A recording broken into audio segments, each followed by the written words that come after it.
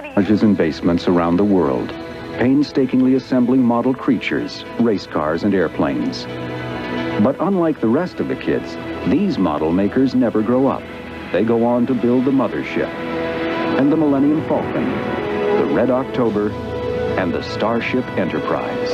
Creating the impossible with precision detail, it's the model makers who make the star hardware for the world's most popular films. Their work is usually shrouded with secrecy, but today some of Hollywood's most gifted model makers are going to beam you up for a look at a mile-long space station and a battle scene being created for Star Trek Deep Space Nine. It's the final frontier of special effects, next on Movie Magic.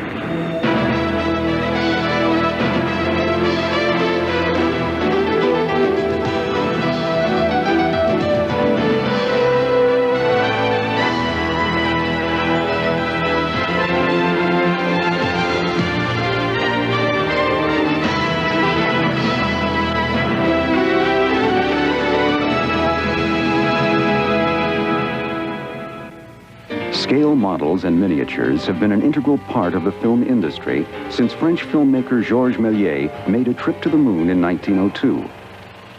Early miniatures were used to recreate historic events, such as the Battle of Manila Bay, made by Vitagraph at the turn of the century. Back then, effects came from such unexpected sources as the producer's cigars. In the 1920s, German filmmaker Fritz Lang brought model making to new heights in his groundbreaking science fiction epic, Metropolis. This landmark film took almost 2 years to complete. It's been said that it required some 5,000 feet of miniature roadways and skyscrapers, costing half of the film's then outrageous budget of $2 million.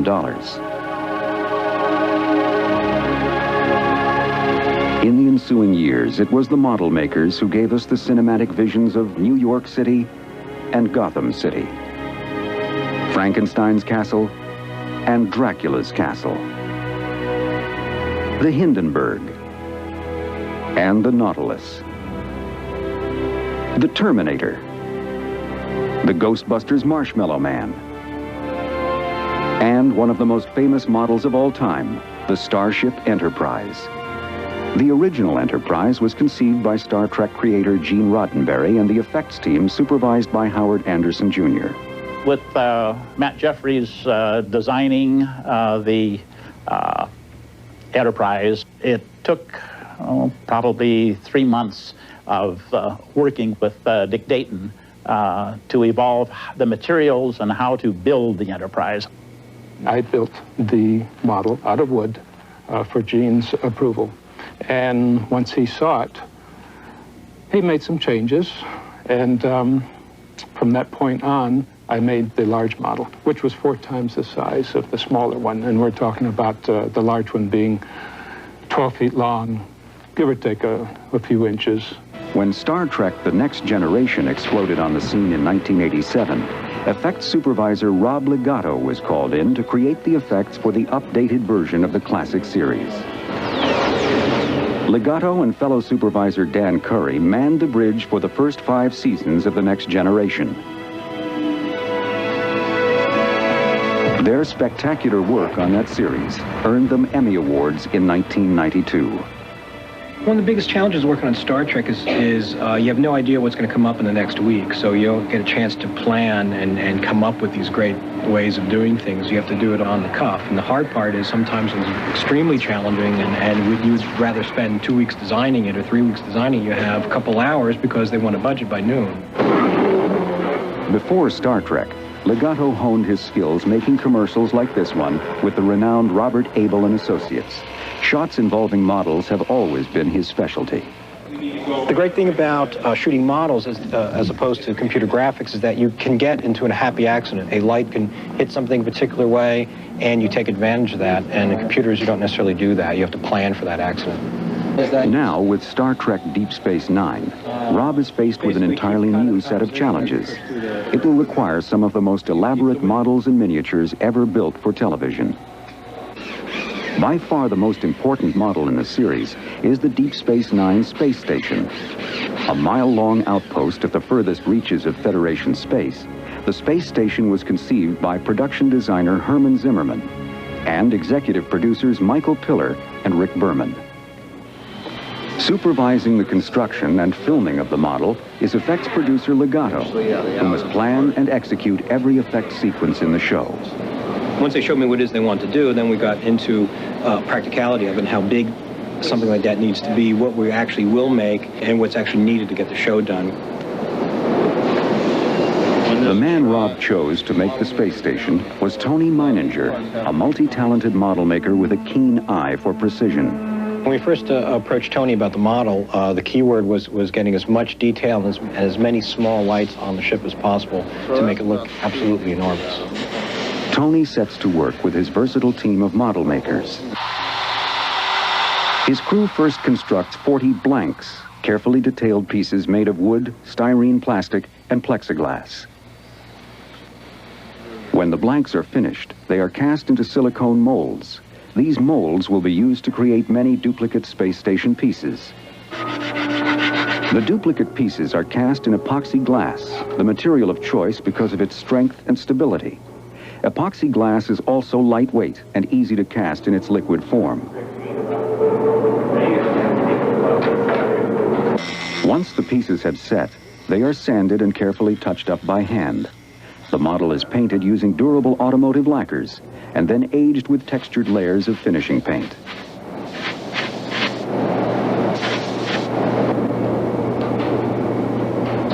In its final construction phase, custom manufactured neon tubing is placed inside the model sections to generate the station's interior lighting. Like that. If you look where I'm looking, if you're looking from above, look from where I am so you don't see the bulb. So are these ever going to get pulled out?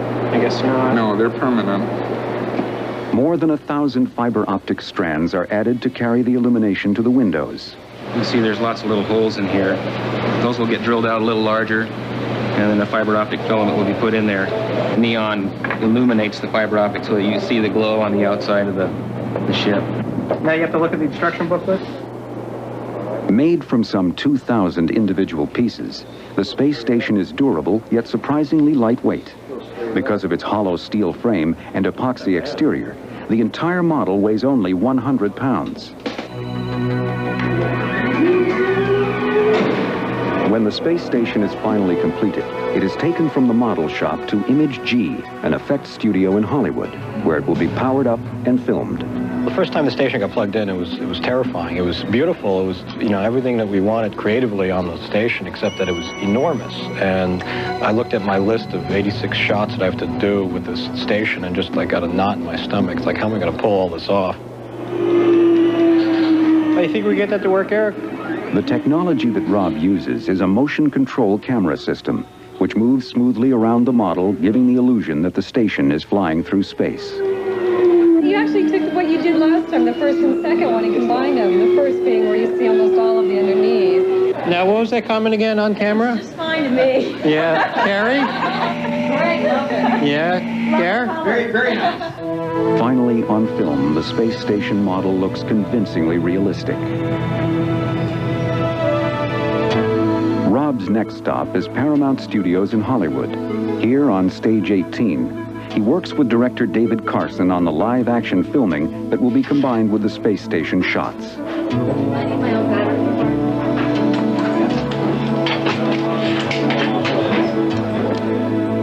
This team also uses a motion control camera system. The key to the system is a computer which controls the movements of the camera. This allows the filmmakers to save any camera move in the computer and repeat it precisely as many times as needed. Where's that? It's working. Marker? After the shot is set up and rehearsed, the actors are brought in and the scene is completed in just a few takes.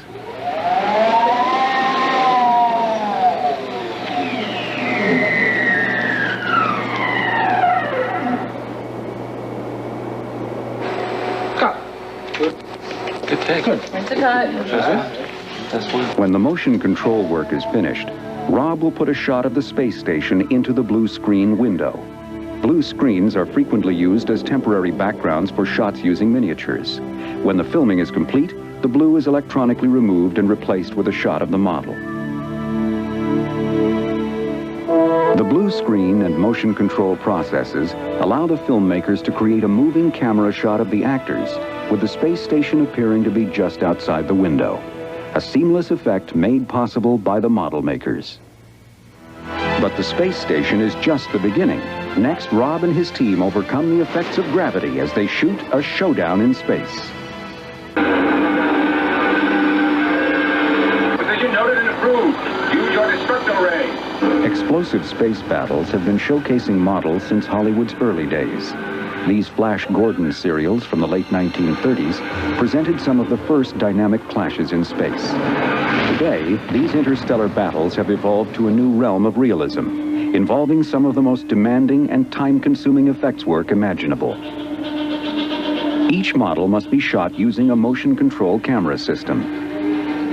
Multiple passes allow Rob Legato to perfectly control the illumination and the film exposure for each set of lights on the model. When you shoot a model, we end up shooting about 5 passes. We do a beauty light pass, we do a matte pass, and then every subsequent lighting pass after that, blinking lights, engines or whatever, they're all shot separately. One final pass over a star background, and the shot is ready to be put together. Another challenge in shooting space battles is that none of the spacecraft can appear to be affected by gravity. In space, all matter is weightless, hence the term zero gravity.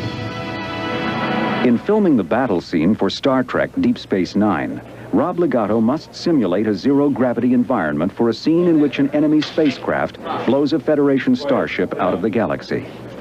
Models are usually shot on an effects stage, but when the USS Saratoga is to explode, it must be shot on a larger soundstage at Paramount for safety reasons. The explosion must be substantial enough and produce plenty of debris to look believable. I know how big it is. The last time I did this, we curved stage. Yeah. I stood outside and debris went over my head. The first of 3 specially prepared breakaway models of the Saratoga is wrapped with explosive primacord. This material is powerful enough to cut a 2x4 in half.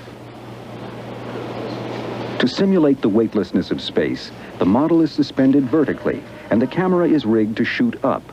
This will cause the debris to drop toward the camera, giving the illusion of zero gravity. A sheet of Lexan, a high-impact plastic, is used to protect the lens.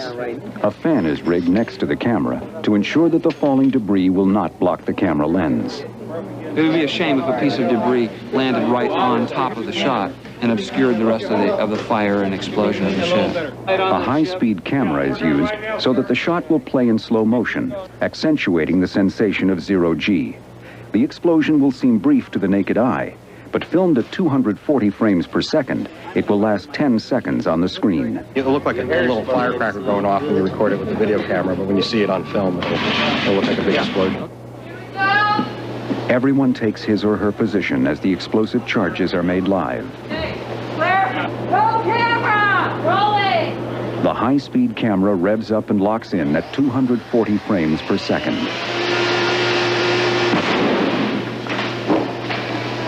It wasn't exactly the way we had in mind when it exploded, so what we're going to do is they're increase the explosion so it shatters more, and then also cuts the wire so the ship is not left hanging. A second breakaway model is rigged with even more explosives and then suspended for the next take.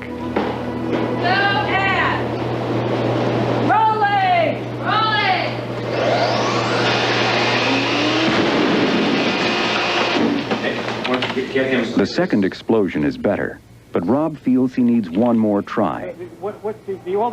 The next take will use the last model, so this will have to be the final attempt. It's a souvenir for a Star Trek convention. We're going to have these autographed and sent out. The final explosion completely destroys the starship. That was great. That was worth waiting for. Usually, for some reason, everything goes in 3s. And on the third one, then we nailed it. Finally, the whole sequence is assembled, and the results are spectacular.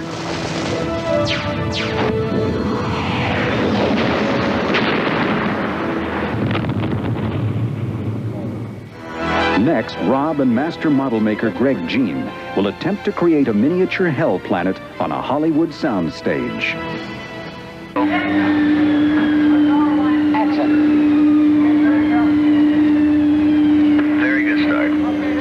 landscape model involves entirely different concerns than a structural model like a starship or space station. With a landscape, building a believable environment is more important than technical precision.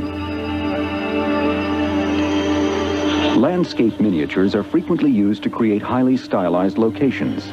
These Las Vegas miniatures from Francis Ford Coppola's One from the Heart were constructed on a soundstage where the lighting and camera moves could be carefully controlled. Another important use for miniature landscapes is to create logistically impossible environments, such as these Martian vistas from Total Recall. For Deep Space Nine, Rob Legato needs an uninviting, stormy planet surface. Since no such location exists, Rob must create it entirely in miniature. People land on this planet or this planet's surface.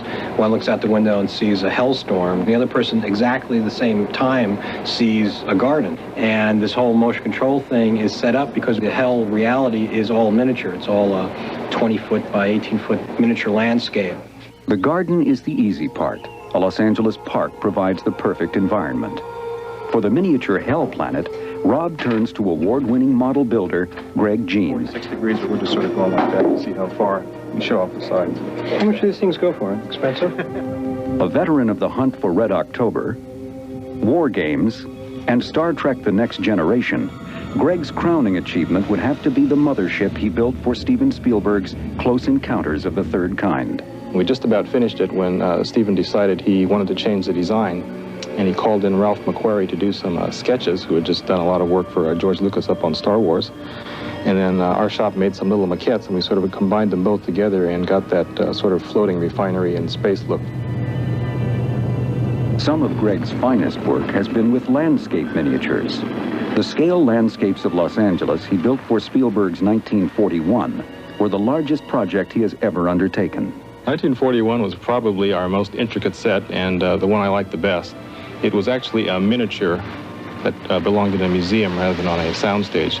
The model making is basically a therapy to me. It's like basket weaving. If I don't do something with my hands, I would probably go nuts.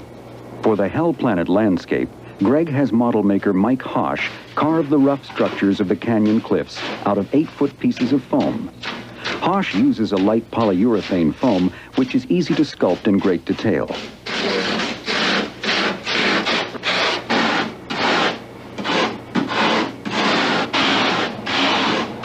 You just have to transfer in Sharpie what areas we cut out so we can just start whacking it out.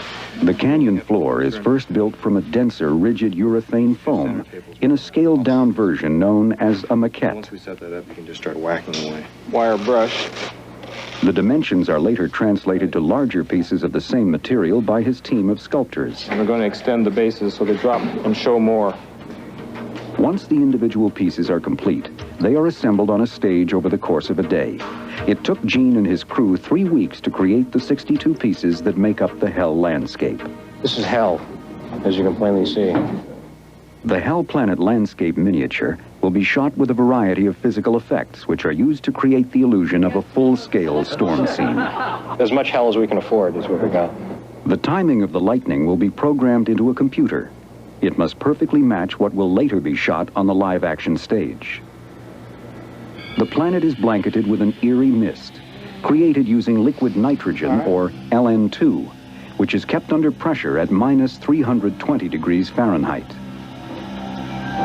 When all of the elements are brought together, the completed Hell Planet is a menacing sight.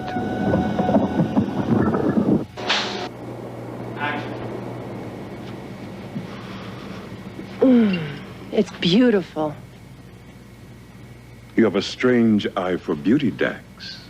Next, the stars of Deep Space Nine are brought in to play this dramatic scene. Dax, played by Terry Farrell, can only see a peaceful garden, while Avery Brooks as Cisco imagines he's on a hostile planet. The challenge for these actors is that they will see only a blue background. I am Commander Benjamin Sisko of the United Federation of Planets. Later, all the blue will be replaced by images of the garden or the Hell Planet. I suppose the only way to prepare for blue screen is to go into your imagination, ultimately. I mean, you have to use your imagination all the time. Low-level ionic pattern. It's probing us. Someone's idea of shaking hands, maybe. Most of the time we speak to the actors and tell them what it is that we're going to put in, because all they see is just blue or an X on a C-stand or something like that to where their eye line's going to be. And it's pretty hard for them to picture this exciting hellstorm when there's none of the elements are there. No, they haven't told me how they're going to create this shot. You're going to have to go and see, too.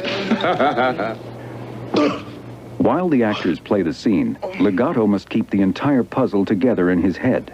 The hard part is imagining all that in advance, saying, okay, this is what we really want to do, then break it up. So he's, okay, this is going to shoot here in a garden, this is going to shoot blue screen, this is going to shoot as a landscape miniature, this is going to be clouds, and figure out how it's all going to cut together and try to do it in some economic way. Creating a sequence this elaborate requires extensive planning and flawless execution. The results show that the effects team's efforts are rewarded.